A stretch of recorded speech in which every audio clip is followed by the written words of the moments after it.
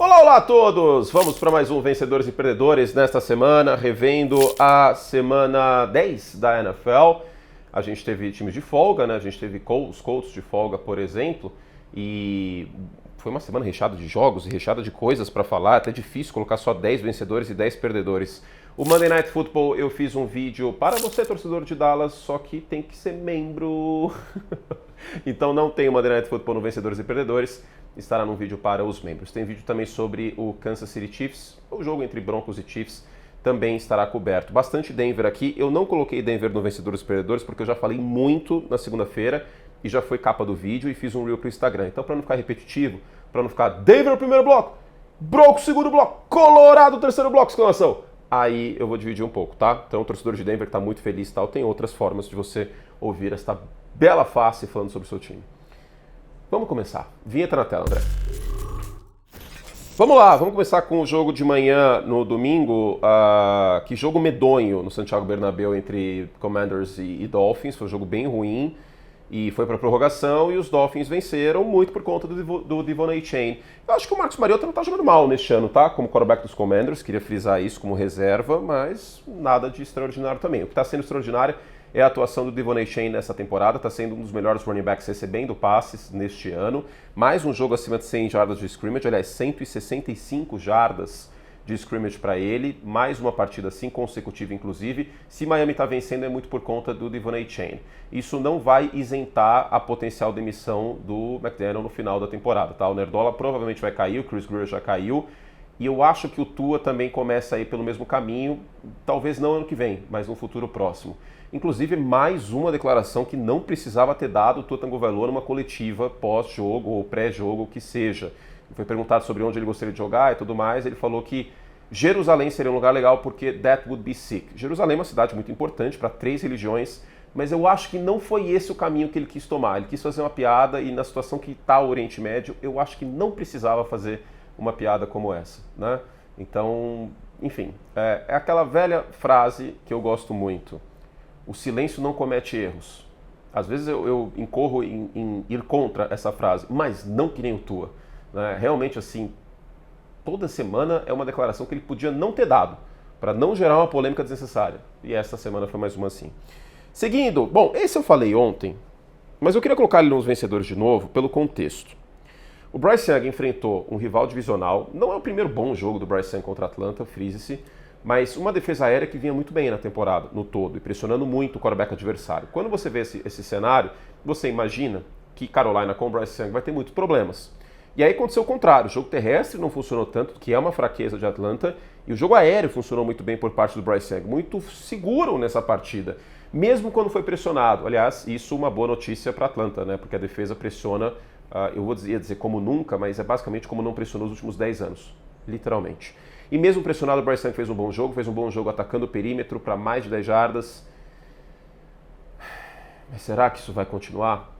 Ele quebrou o recorde da franquia em jardas passadas, esse recorde era do Cam Newton numa única partida, 448 jardas. Só que ele tem 5 jogos com 150 jardas ou menos nesta temporada. E eu vou dizer de novo o que eu disse na segunda-feira.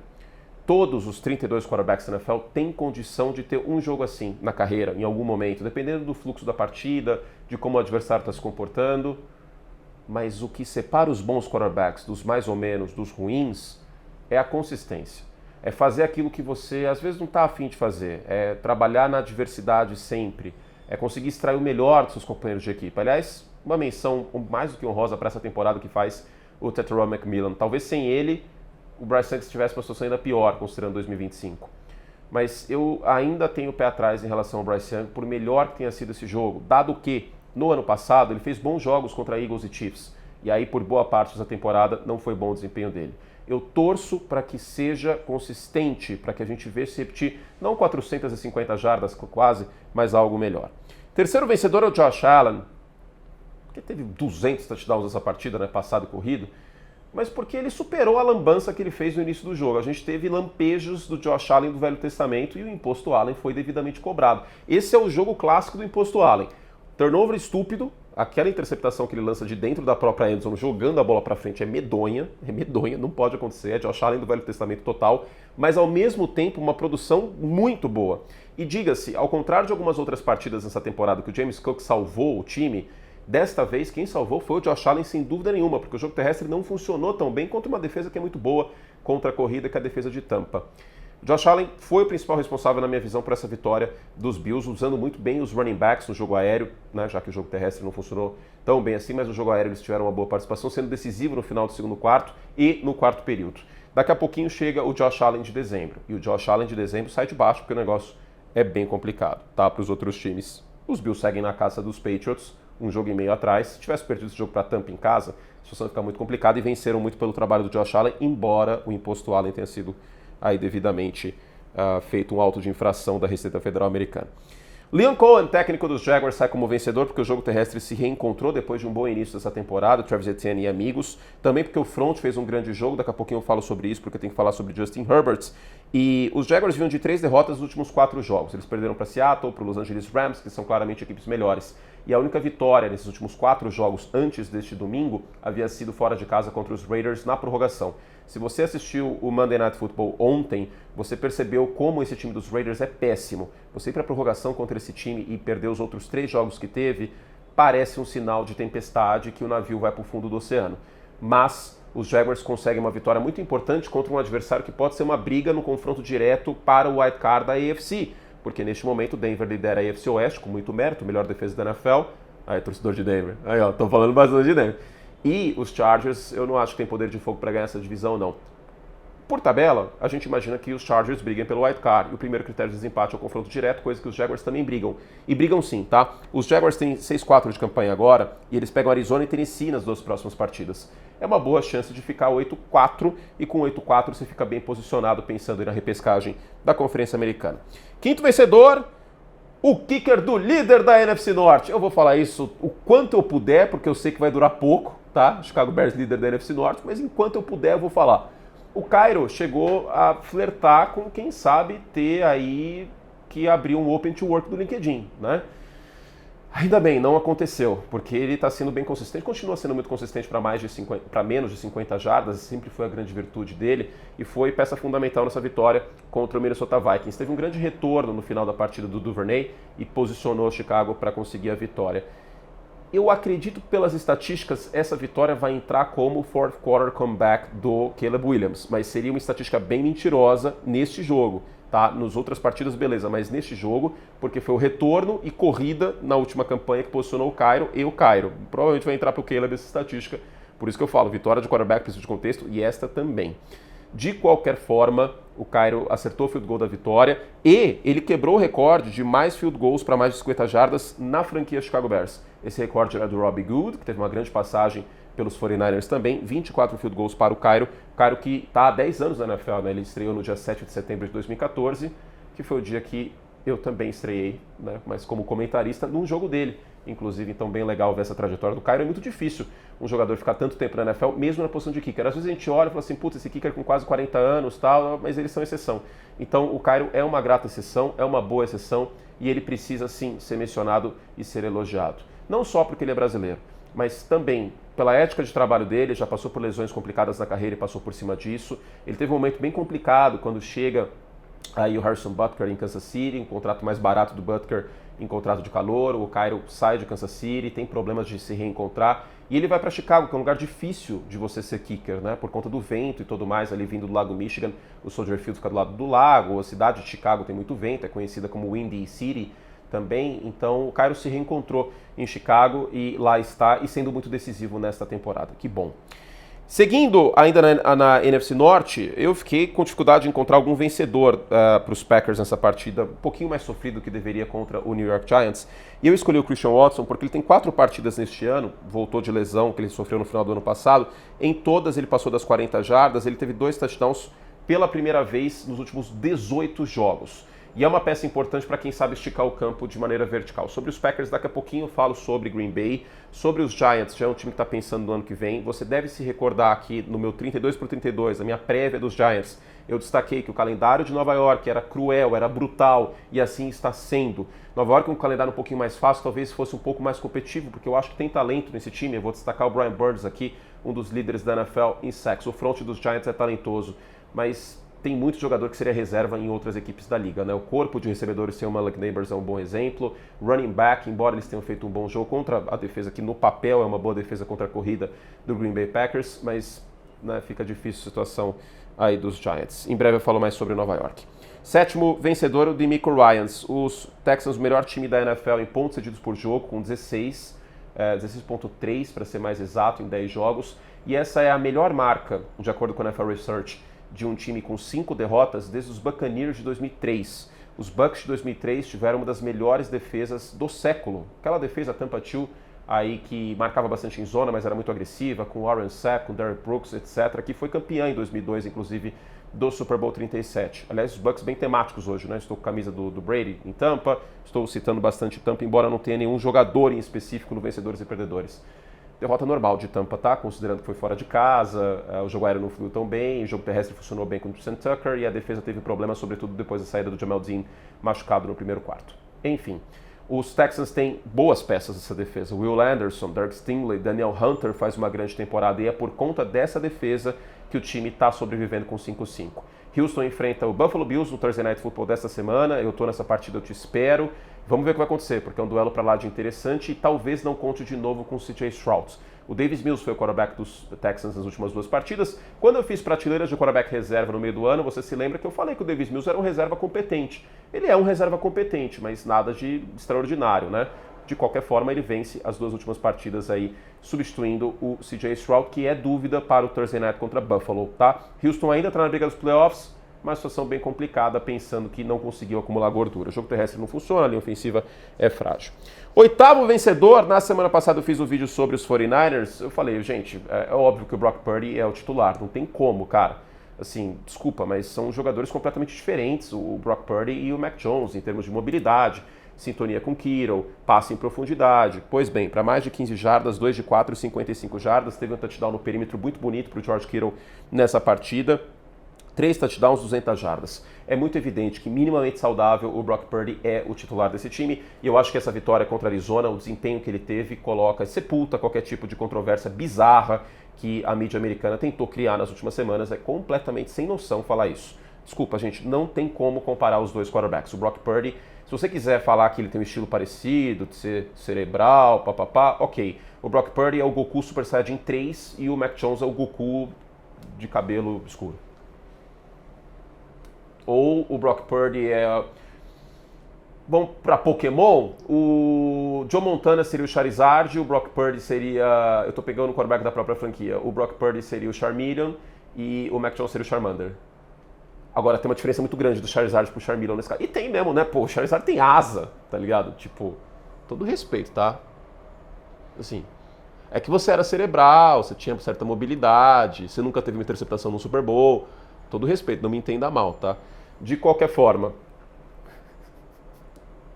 bateu o café. Seguindo, 9º vencedor, o Travis Kelce. Cara, eu sei que Denver venceu o jogo e tal, mas o Travis Kelce foi muito importante para mover as correntes aqui em Kansas City, né? Porque a gente sabe que o Travis Kelce, ele tá na potencial última temporada dele, mas ele não tá fazendo feio neste ano. Ele começou o ano um pouquinho abaixo e tal, mas ele não tá fazendo feio neste ano.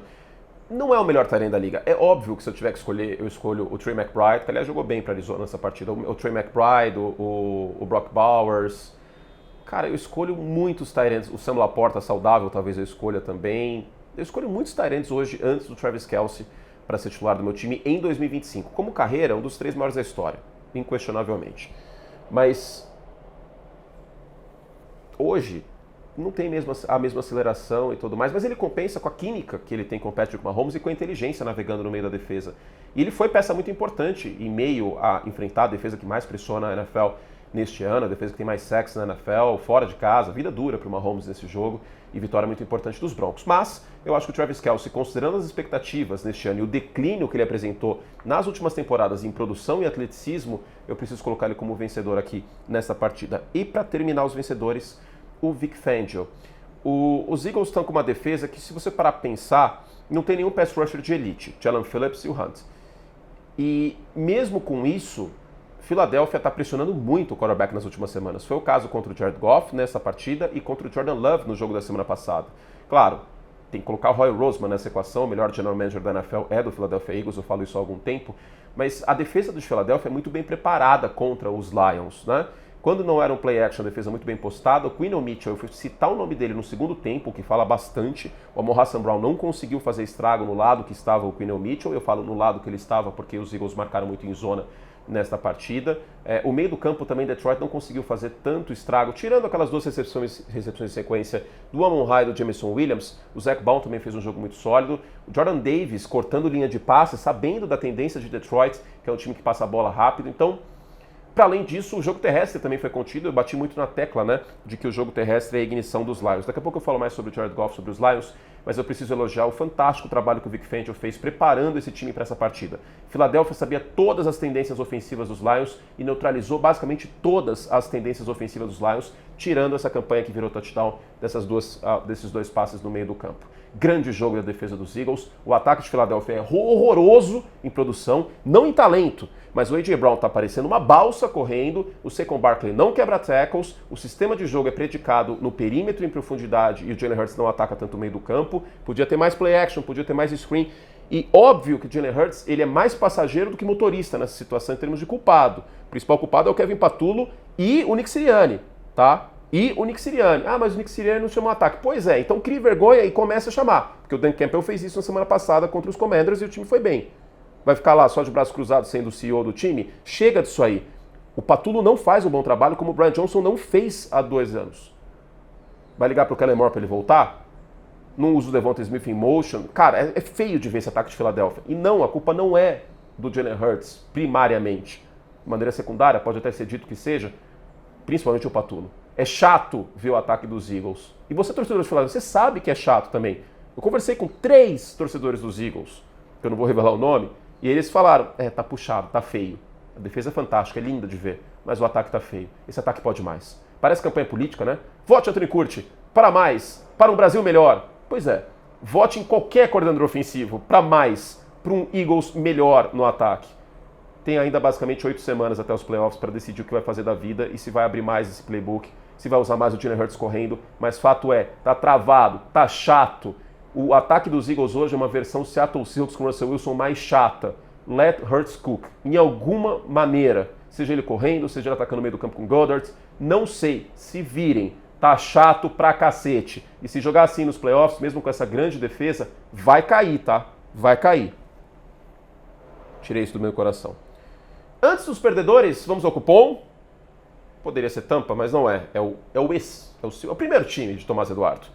Não falamos do Thursday Night Football aqui, não falamos nunca do Thursday Night quase aqui no Vencedores e Perdedores, mas a gente tem que falar sobre os Patriots, que tem a Trevor Henderson como uma novidade bem interessante neste momento da temporada, em meio à lesão do Ramondre Stevenson, e o Drake May, um dos favoritos a MVP, a defesa terrestre de New England fantástica, embora a ausência do Milton Williams possa ser sentida. E você, torcedor de New England, está muito contente e pode ir lá na Esporte América com o cupom Patriots, usar esse cupom até o fim desta semana. Vou pedir para a Cláudia deixar até o fim da semana, até sexta-feira de noite, para você comprar os seus produtos de New England com 15% de desconto. Basta usar o cupom Patriots lá em esporteamerica.com.br. Aproveita, é só esta semana e faz as suas compras de produtos dos Patriots. Aproveita que seu time voltou aí pro topo da AFC, que você está feliz, Drake May está jogando muita bola, então já compra, faz sua comprinha para os playoffs, porque New England vai para a pós-temporada. Vamos agora para os perdedores. Esqueci de ligar o abajur dos vencedores, mas agora está gravado. Eu gravo um take só, tá? Nos vencedores inteiros, nos perdedores. Pode ver, não tem corte, tá? Então, assim, são 20 minutos falando seguido e tal, por isso que eu bebo uma aguinha, que, né? Fica difícil. Vamos começar os perdedores, mas, falando em perdedores, muita gente que torce para times que estão mal na temporada, que mais dificilmente vão figurar nos vencedores, falou assim, mas o meu time nunca vai ter cupom na Esporte América e tal. Então aguarde, na semana que vem a gente vai fazer um cupom para todos os times que têm campanha negativa. Se o seu time tem campanha negativa após a próxima semana, ele terá cupom de desconto para a semana que vem, tá? Então nessa semana Patriots, que estão brigando pela folga, estão brigando pela AFC Leste, mas na semana que vem a gente vai fazer um cupom para todos, ao mesmo tempo, todos os times campanha negativa. Vamos começar com os perdedores, e é um time campanha negativa. O Atlanta Falcons tem 2 perdedores aqui, em sequência. O primeiro é o Raheem Morris, porque no jogo contra os Colts, a defesa terrestre não funciona. Aí no jogo contra os Panthers, o Bryce Young vem de vários jogos ruins, jogos péssimos, aliás, 2 jogos consecutivos contra Packers e contra Saints, que ele jogou bem mal. E aí a defesa de Atlanta, que está bem na temporada contra o passe, toma 450 jardas do Bryce Young. Aí fica difícil, né? E se você reparar nos jogos lá no Mercedes-Benz Stadium, pode começar a reparar que tem várias cadeiras vazias no estádio. A torcida de Atlanta largou mão, tá? Assim, largou mão, falou assim, por que eu vou gastar dinheiro com ingresso, ver esse time jogar, tal, o time não vai pra lugar nenhum, não vai pra lugar nenhum. Detalhe, não tem escolha de primeira rodada no ano que vem. A escolha de primeira rodada dos Falcons é dos Rams, naquela troca que eles subiram pra primeira rodada e pegar o James Pierce. Valeu a pena? Valeu, o time está pressionando o quarterback, o Pierce está sendo uma peça importante. O que não valeu a pena é contratar o Kirk Cousins e draftar o Michael Penix, que aliás tem lesão grave aí nesse último jogo. E assim, não é como se alguém tivesse surpreso com isso, né? Então, são muitas decisões reativas por parte dos Falcons. Reza a lenda, até por conta de uma entrevista que ele deu no início da temporada, da pré-temporada, antes, inclusive, do draft, que essa ideia de Michael Penix e Kirk Cousins veio do dono do time, o Arthur Blank. Ah, mas em Green Bay deu certo. Dá esse dinheiro pro Kirk Cousins e depois gasta a 8ª escolha geral, sendo que você precisava de pass rusher num quarterback, mais ou menos, bem mais ou menos. Aí, na sequência, no ano seguinte, você gasta uma escolha de primeira rodada a mais para pegar 2 pass rushers na primeira rodada, aí resolve o pass rush, mas o quarterback é um problema.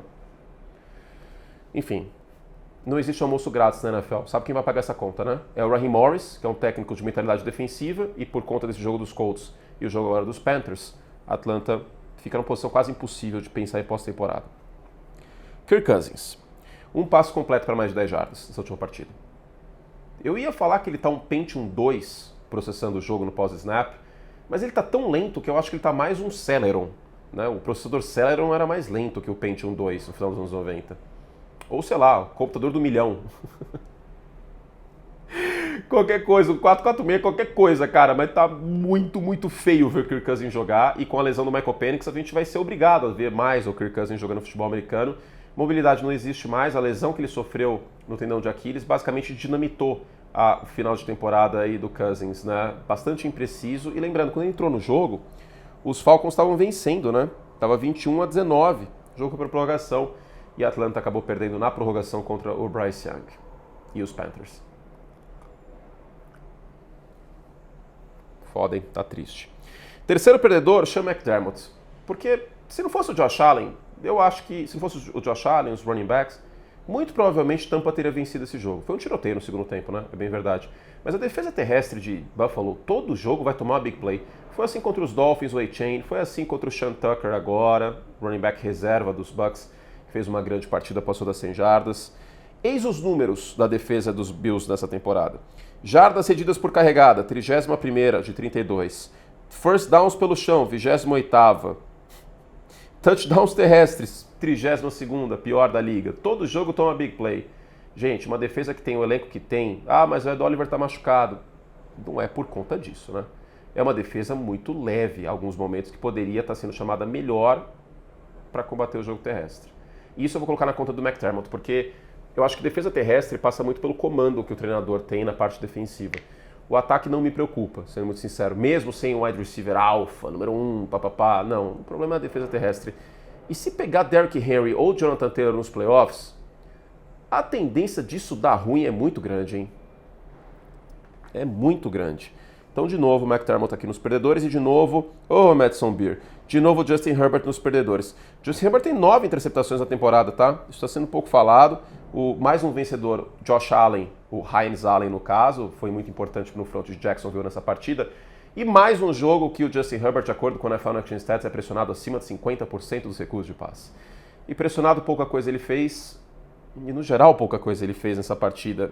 E quando o ataque terrestre não tem um jogo formidável, fica muita pressão em cima do Herbert. A secundária de Jacksonville fez um bom jogo porque tirou os alvos em profundidade do Herbert e aí ele acabou ficando em algumas jogadas mais tempo no pocket, a pressão chegou e a coisa desandou.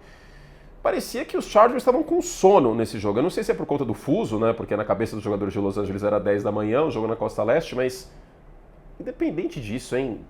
Cara, um time que quer brigar pela divisão, quer brigar por playoff, se apresentar na defesa, mas principalmente no ataque, do jeito que se apresentou contra os Jaguars, que tem mérito, já destaquei, fica complicado. A linha ofensiva de Los Angeles é uma calamidade. Se o Justin Herbert não conseguir soltar a bola rápido, como ele fez contra os Steelers, vai acontecer o que aconteceu nesse último domingo. Quinto perdedor, o Matt LaFleur. O Malik Willis sempre chegou a entrar nesse jogo. O Love com uma lesão no ombro e tal. Por que o Matt LaFleur chama o ataque para o Malik Willis, extraindo o máximo do Malik Willis, que é basicamente um quarterback corredor, e com o Jordan Love, isso não acontece e o ataque é mais conservador do que nunca? Novamente, eu vou bater nessa tecla que eu falei na semana passada, fiz um reel sobre, tá no Instagram e no TikTok. Qual é o problema? É medo do Jordan Love fazer besteira? Qual é o problema? O Tucker Kraft tá fora, tal, Red Zone vai ser um pouco pior, mas sempre foi problemática a Red Zone pro Matt LaFleur, né? Nos últimos anos pra cá que deu uma melhorada, Tucker Kraft peça importante este ano, mas o Josh Jacobs finalizando campanhas. É esquisito pra caramba esse time de Green Bay, eu não consigo entender o que eu acho desse time, se ele é um candidato à divisão, se ele pode fazer barulho nos playoffs, ou se ele vai ter apresentações como teve contra a Filadélfia, como teve agora em boa parte do jogo contra os Giants, venceu, beleza, mas pegou aí a pior defesa terrestre da NFL junto da dos Bills. Os Packers deveriam ter amassado os Giants nesse jogo. E descolaram mais no segundo tempo, tal, mas teve momentos que os Giants estiveram à frente no placar. Eu não consigo entender quem é o Green Bay Packers. Você consegue entender? Eu não consigo, porque o time oscila. Nas derrotas joga muito mal. Em algumas vitórias joga muito bem. Jogos mais sofridos que deveriam contra a Arizona, agora contra os Giants, que são um time aí bem na parte de baixo da tabela na Conferência Nacional. E aí eu vou colocar o Matt LaFleur aqui na equação, porque o medo de perder não pode tirar a vontade de ganhar. Já diria o professor Luxemburgo. E eu acho que esse ataque pode mais. Pegando o talento que tem, vale para a Filadélfia, como eu já falei, mas vale para os Packers também. Deixa os garotos brincar, Matt LaFleur. Se cair, vamos cair atirando, cara. Por que você extrai o máximo do Malik Willis e não está conseguindo com o Jordan Love?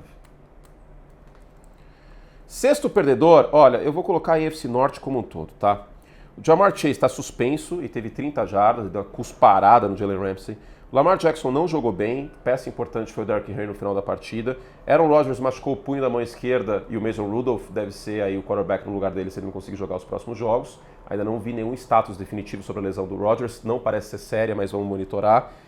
E o Cleveland Browns tem um ataque medonho, que não tem quarterback, seja ele quem for.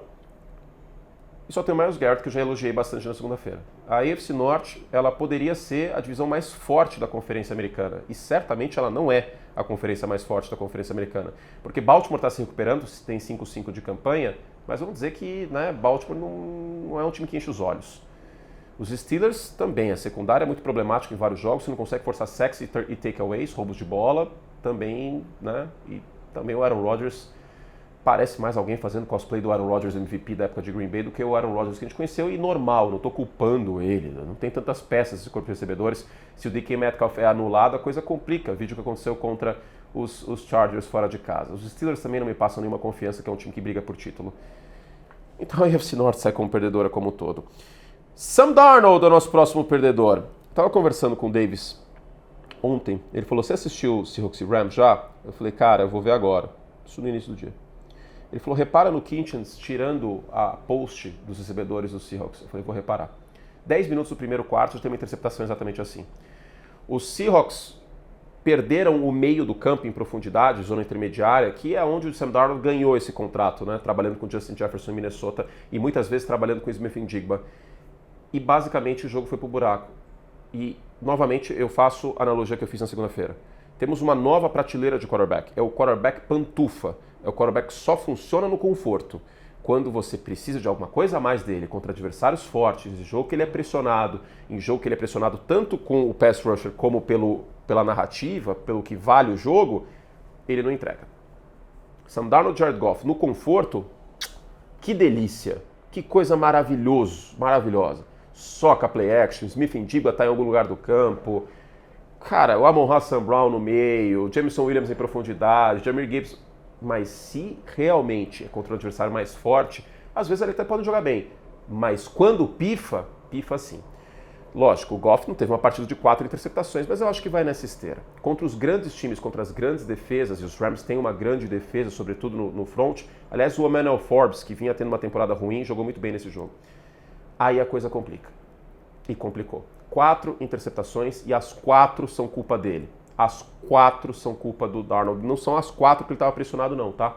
E se não fosse essas 4 interceptações, pelo que jogou a defesa de Seattle, talvez Seattle teria vencido esse jogo fora de casa. E aí a situação na temporada seria diferente. O que machuca é ver que o Sam Darnold contra os contra os Lions no final do ano passado, espanou o taco. Contra os próprios Rams nos playoffs, pressionado, espanou o taco. E agora a mesma coisa com o jogo de 4 interceptações. Por mais que tenha o Jackson Smith em Digby, por mais que a defesa de Seattle seja de altíssimo nível, eu vou te fazer uma pergunta que é retórica, mas eu te faço também, você que está assistindo. Dá para confiar no Sam Darnold contra os grandes times da NFL nos playoffs? Oitavo perdedor.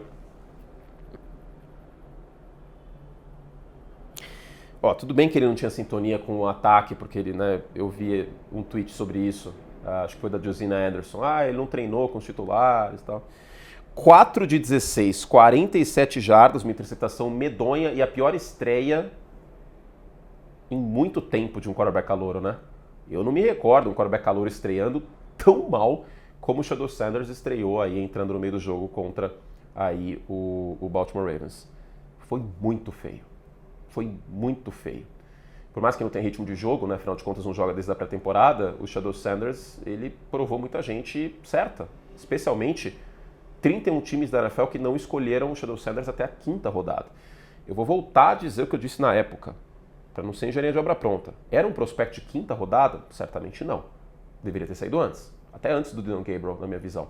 Mas parecia completamente fora de página com os recebedores, e em certa medida apavorado pelo momento, o Shedeur Sanders. O Shedeur Sanders é um quarterback muito limitado. E eu vou dizer uma coisa muito forte aqui. Entre Shedeur Sanders e Spencer Rattler, eu não sei se tem muita diferença hoje. A diferença é que o Spencer Rattler não entrou na NFL neste ano. O Shedeur Sanders entrou, mas, honestamente, por mais que as expectativas não fossem altas, pelo amor de Deus, para não dizer outra coisa. Nono perdedor, eu coloco isso com muita dor no coração, até porque a gente teve como vencedor o Vic Fangio, que é o outro melhor coordenador defensivo da NFL, o Steve Spagnuolo. Eu não sei se é material humano, eu não sei se é uma queda de rendimento do Chris Jones como um todo, que aliás teve um sack no primeiro tempo. Foi um sack ou uma pressão? Um sack, acho que na primeira campanha dos Broncos. As 2 primeiras campanhas de Denver, elas empacam na red zone, né? A primeira marchando o campo e a segunda depois de um bom retorno do Marvin Mims, e eles saem só com 6 pontos. Os Chiefs não têm uma defesa ruim. Óbvio que não. Mas em alguns quesitos me preocupa. 20ª em sacks, 23ª em jardas cedidas pelo ar e 23ª em aproveitamento de terceira descida. E isso foi um tremendo problema no final do jogo. Bo Nix conseguiu conexões formidáveis em alguns momentos chave da partida para o Troy Franklin e no quarto período com o Courtland Sutton. E isso foi o diferencial da partida e nesse ponto os Chiefs perderam a partida para Denver. Muito mérito de Denver, tá? Mais uma vez aparecendo no quarto período. Vocês viram que eu não citei nenhum personagem de Denver nominalmente, mas eu falei de Denver bastante no vídeo hoje e falei ontem também. A defesa dos Chiefs em alguns pontos-chave, ela não é de elite, ela não é top 10. Tanto em estatística como em produção. E algumas vezes você vê um jogador bem aberto contra essa unidade. Será que é falta de talento? Será que é agressividade demais em alguns momentos? Será que é agressividade de menos em outros? Mas fato é, não é uma defesa que bota medo nos adversários, como já botou em um passado bem recente. Então por isso eu coloco o Spagnuolo como perdedor. Não que ele seja ruim como coordenador, mas porque ele tem um pepino nas mãos aí para as próximas semanas. Kansas City tem 5-5 de campanha e menos de 10% de chance de ganhar a divisão, tá? De acordo com o Next Gen Stats. E para finalizar, eu já falei sobre ele na segunda-feira, mas o Jared Goff é um perdedor aí. Por quê? Quarterback pantufa. 25% de play action. No play action foram 100 jardas, 10 jardas por passe. Sem play action, 9 de 27, 5.6 jardas por passe. Sem meu jogo terrestre eu não consigo. Se depender só do Jared Goff, sem jogo terrestre, não vai dar certo. E se eu fosse torcedor dos Lions, eu estaria bem puto com isso. Mas bem puto. Se quiser passar pano, fique à vontade. Mas eu estaria bem pé da vida.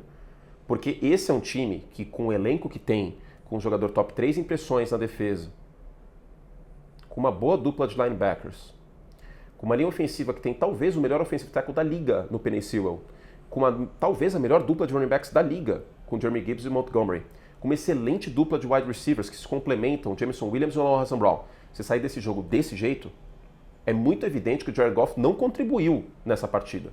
Ele foi um fator limitante nesse jogo. Quando é pressionado, quando não tem play action, quando tem jogo terrestre vai ser assim, porque vide o jogo contra Minnesota e o jogo contra Green Bay. O jogo terrestre não funcionou nessas 2 partidas. E os Lions não foram explosivos como foram em boa parte dos outros jogos. Se tudo está no conforto, o Jared Goff vai te entregar um grande jogo. Mas os grandes quarterbacks na NFL, eles funcionam na adversidade. É muito fácil, quando tudo tá lindo, maravilhoso, toalhas brancas e frutas na mesa, você fazer uma grande partida. E quando você não tem o conforto? É aí que os melhores profissionais, em qualquer área, vão aparecer. E o Jared Goff não apareceu em alguns momentos-chave nessa temporada. E aí eu coloco na conta dele. Cenas dos próximos capítulos. Fizemos todo o estrago que podíamos.